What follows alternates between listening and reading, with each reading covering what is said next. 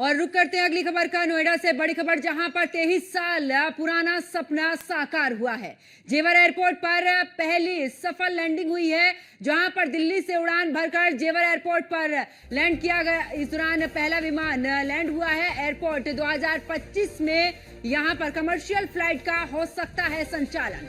तो साल 2001 में जेवर में एयरपोर्ट बनने का प्रस्ताव रखा गया था और आपको बता दें कि अब आखिरकार वो 23 साल का सपना पूरा हुआ है।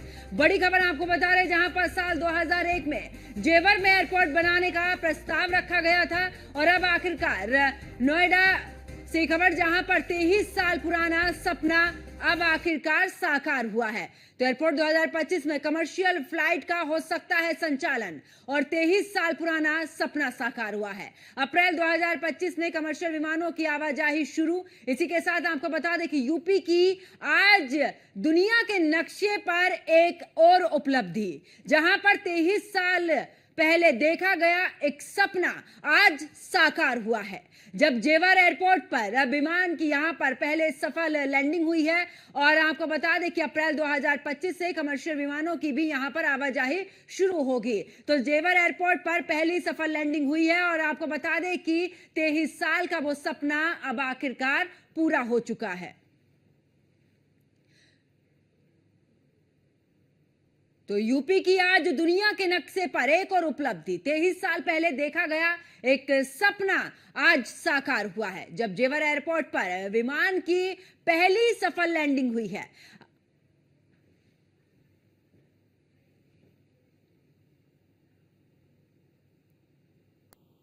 और ज्यादा जानकारी के लिए जेवर एयरपोर्ट से हमारे सहयोगी मोहसिन खान हमारे साथ में लाइव जुड़ चुके हैं। मोहसिन, आखिरकार 23 साल पहले देखा गया वो सपना आज साकार हुआ है।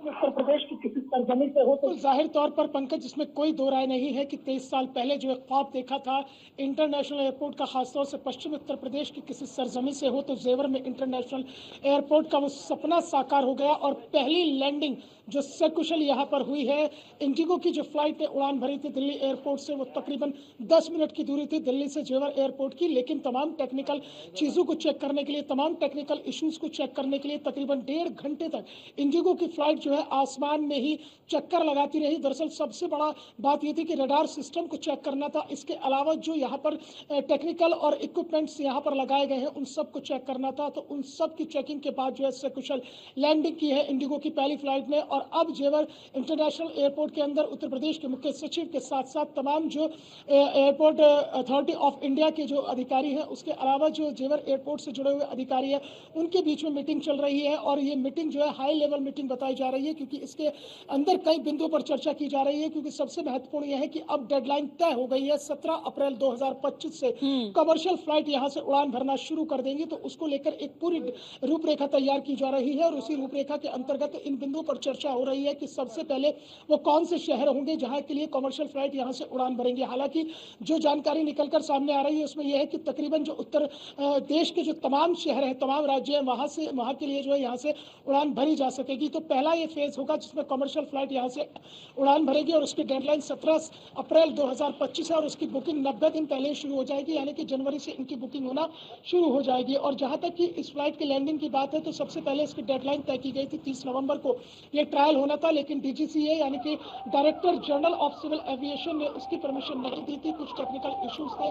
उसके बाद में ये डेडलाइन 15 दिसंबर तय की गई, लेकिन अब 9 दिसंबर की वो तारीख जो है अब इतिहास के पन्नों में दर्ज हो गई है जेवर इंटरनेशनल एयरपोर्ट के, कि यहाँ से जो है पहला जो सकुशल लैंडिंग हुई है। और यहाँ से अब कुछ ही देर बाद ये जो इंडिगो की फ्लाइट यहाँ पर लैंड हुई है, ये वापस दिल्ली एयरपोर्ट के लिए यहाँ से टेक ऑफ करेगी। कुछ ही समय है और जाके मीटिंग खत्म होगी और उसकी मीटिंग के खत्म होने के बाद ये यहाँ से फ्लाइट टेक ऑफ कर जाएगी। दो महत्वपूर्ण बातें हैं जो सबसे ज्यादा जिस पर जोर दिया गया था, वो कैट 1 और कैट 3, यानी कि कैट 1 और कैट 3 वो इक्विपमेंट होते हैं जो कि फ्लाइट की हाइट और उसकी विजिबिलिटी को तय करते हैं। यानी कि अब जो आने वाला वक्त है, अब आने वाले वक्त में जो है कोहरे का अब सीजन शुरू हो जाएगा, कोहरा पड़ना शुरू हो जाएगा। तो ऐसे में फ्लाइट की विजिबिलिटी और फ्लाइट की हाइट को लेकर कैट 1 और कैट 3 जो इक्विपमेंट थे उन्हें चेक करना बेहद जरूरी था। वो बिल्कुल सटीक रहे हैं और वो बिल्कुल यहाँ पर स्थापित कर दिए गए हैं। इसके अलावा जो रन में इंस्ट्रूमेंटल चेकिंग सिस्टम था उसको भी स्थापित कर दिया गया था और रनवे इंस्ट्रूमेंटल चेकिंग सिस्टम को भी चेक किया गया है, वो भी अपनी कसौटी पर पूरी तरह से